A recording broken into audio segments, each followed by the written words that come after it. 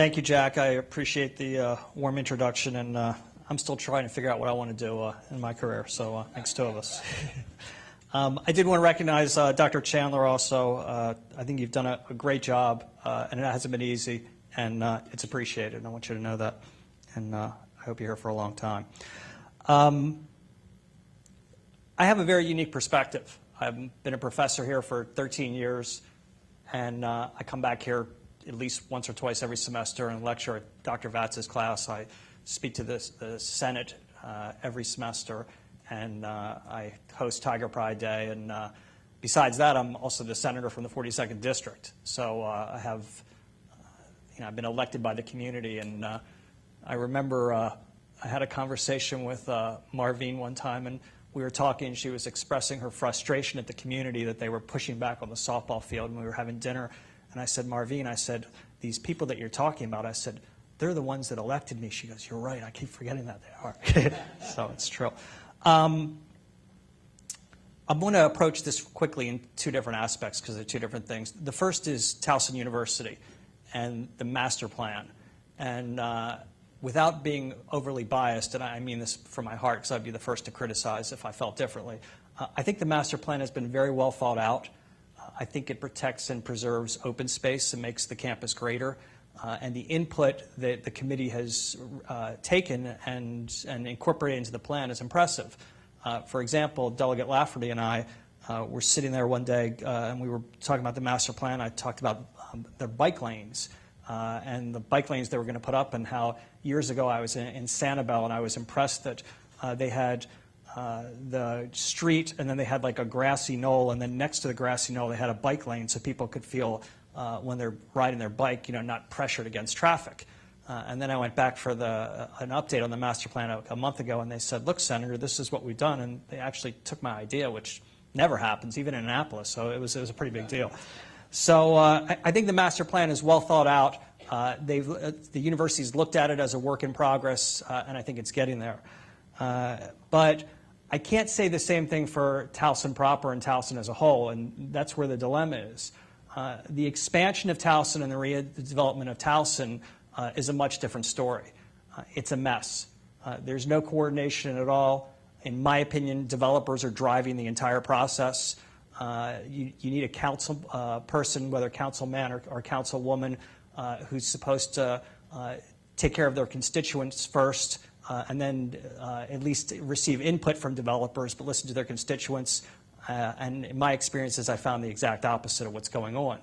So as a result, Towson's moving in one path, and what's happening to Towson is being development driven. With that being said, some of the things in Towson aren't all bad. I think some of Towson Row is impressive, and the things they want to put in there are impressive. But this drive that a lot of developers have to put every square inch of concrete in as much as possible and deprive the entire area of open space is troubling, to say the least. So with that being said, there's no plans to alleviate traffic, which, as most of you know, is a nightmare right now. I mean, traffic is, if you think that going the half a mile from York and Burke to the Towson Circle takes 20 minutes now, and often it does, wait till Towson Row is finished, and that 20 minutes will be an hour to go a half a mile. So what's driving this whole thing in Towson proper is strictly driven by the developers. And what you need and what's needed is a coordinated plan. It's a coordinated plan between the community, the council person, and the university. And my vision would be to enhance open space, to enhance open areas, and not let developers drive the process. You want stuff that's walkable. You want green. You want a ball field or a soccer field next to it. You don't want as much concrete as possible, and you want it pedestrian friendly. And all those things that I just said and that vision that I have, which I believe is the same vision that the university has shown in its development plan, isn't going on in Towson at all. It's not even close. And it's troubling. And the frustration for me as a legislator, because a lot of you are probably saying, well, Senator, why don't you do something about it, is I can't do a whole lot about it because I'm a state senator and I deal with statewide issues. And development is the one area of power that a council person has. and they have an incredible amount of power in each of their districts. So there's really one person, your council person, who makes the ultimate decision on this. And I think that, and you know, I've known him for a long time, and I think he has some pluses, and I think he has some minuses. And the only way to drive him to the table for the vision that I'm talking about is for everybody to come together and say, and the community has to join with the university and put the pressure on. So he sees that there's a unified effort to have a quality of life.